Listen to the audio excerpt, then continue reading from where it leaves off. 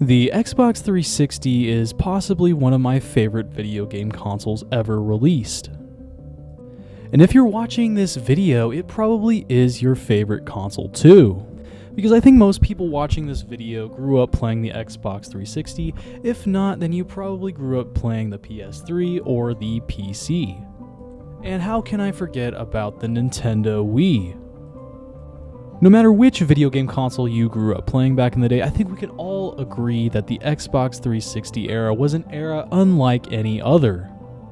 There was tons of first-party classics such as the Halo series and Gears of War, but there was tons of third-party masterpieces such as GTA 4 and Mass Effect. And how can we forget the 3 AM lobbies of playing Modern Warfare 2? At the very launch of the Xbox 360, there was some issues technically, that being the infamous Red Ring of Death situation. But we are far from that past. The modern Xbox not really having that many exclusives to play and not really an actual reason to buy it over a PlayStation, for example. One of my fondest memories of playing on the Xbox 360 was the social aspect of it. And when I think back to my earlier years of gaming, it wasn't necessarily about the game, it was about the people that I played the game with. I have made dozens of friends online playing games like Minecraft, Call of Duty, and much more. And when you think back, even before the Xbox 360, when you compare it to the PS2 and original Xbox, there really comes nothing like it in the grand scope of things. And anyone that wants to disagree with me on that can go down into the comments and tell me why you think that. But I just think that the Xbox 360 was possibly the best generation to grow up playing video games in. Now, the real question is why was the Xbox 360 so revolutionary? First of all, PC gamers have been enjoying online multiplayer since the earliest days of gaming. Console gamers were largely stuck playing couch co-op and split-screen multiplayer. The Xbox 360 changed that with the Xbox Live just in time for mega hits like Activision's Call of Duty, Epic's Gears of War, and Halo 3. And this console sold over 80 million units since the beginning of its production run. And it has forever stayed a touchstone in pop culture forever. Back then, the Xbox 360 was the king of consoles at the time. If you wanted a new AAA game, then the Xbox 360 was the platform to play it on. It had practically everything available. The PS3 was a great console, but you only really needed one if you wanted to play an exclusive. Games also came with the DLC, but were not microtransactions. I think we can all agree that the Xbox 360 was clearly the winner in the console generation. It was more powerful in its color palette and use of geometric shaders. Thanks to the GPU, the PS3 is more powerful in light sourcing and triple-layer volumetric lighting, thanks to its CPU. Although the Xbox 360 was winning, there was the classic Red Ring of Death, which eventually was covered by Microsoft's 3-year warranty, which 11.7% of Xbox owners reported a failure. But let's look at also why the Xbox 360 did significantly better than the PlayStation.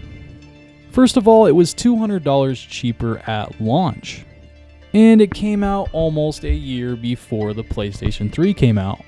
And at the same time, there was tons of exclusives to buy. One of them being Dead Rising because it was such a classic game back in the day. And at the same time, Halo 3 was being hyped up after the previous release of Halo 2. And at the same time, many games that were originally going to be exclusive for the PS3 went multi-platform instead, which gave Xbox a better worthwhile value. But at the same time, there was a decent-sized user base coming from the original Xbox, mainly being the reason because Halo was a main staple in that console. Pretty much if you were buying an Xbox original back in the day, you were buying it to play Halo on Xbox Live. because back in the day it was such a revolutionizing game. Another big selling point to the Xbox 360 was the fact that it was focusing more on the social aspect. It was really emphasizing in all of its advertisement that you were going to be playing with friends. Simply put it, that the online services was way more appealing than the PlayStation.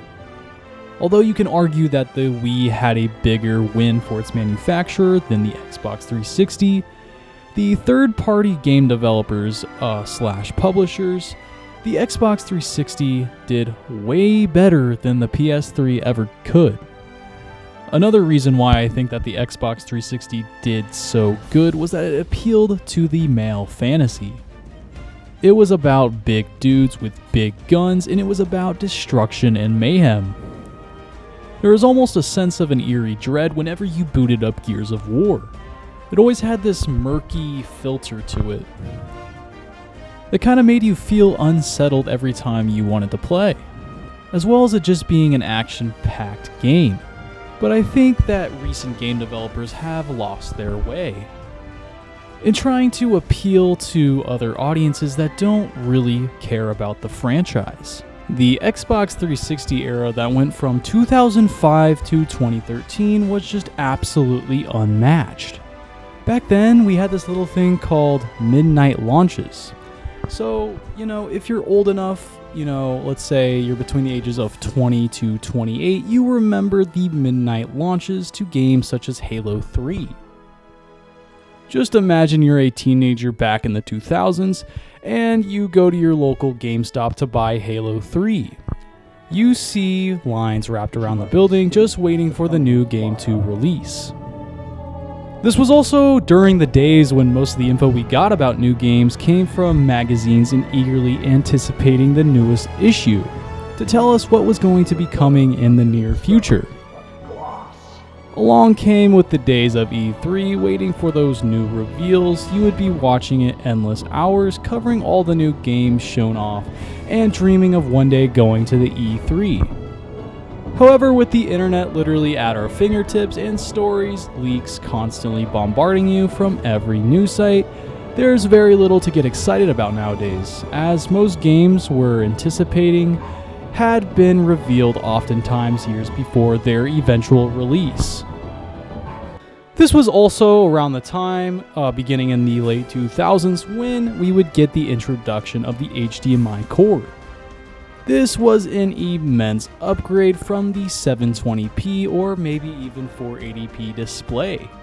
I can tell you the first time that I actually upgraded to HDMI, that made my gaming experience that much better. Everything just looked way more clear and less pixelated. And even to today, people are still gaming with 1080p. Now obviously 4K is better, but I'm just saying that most people, or maybe half of the people playing games, are actually gaming in 1080p, to of course prioritize frame rate and performance. This was also around the time where game design was absolute peak. The characters always looked super cool and badass, the level design was always unique and fun to play, as well as iconic campaigns, missions, and overall gun design. Everything had a lot more to do with the actual design. Pretty much everything looked unique. It did not look realistic, but it did have a unique art style to a lot of games.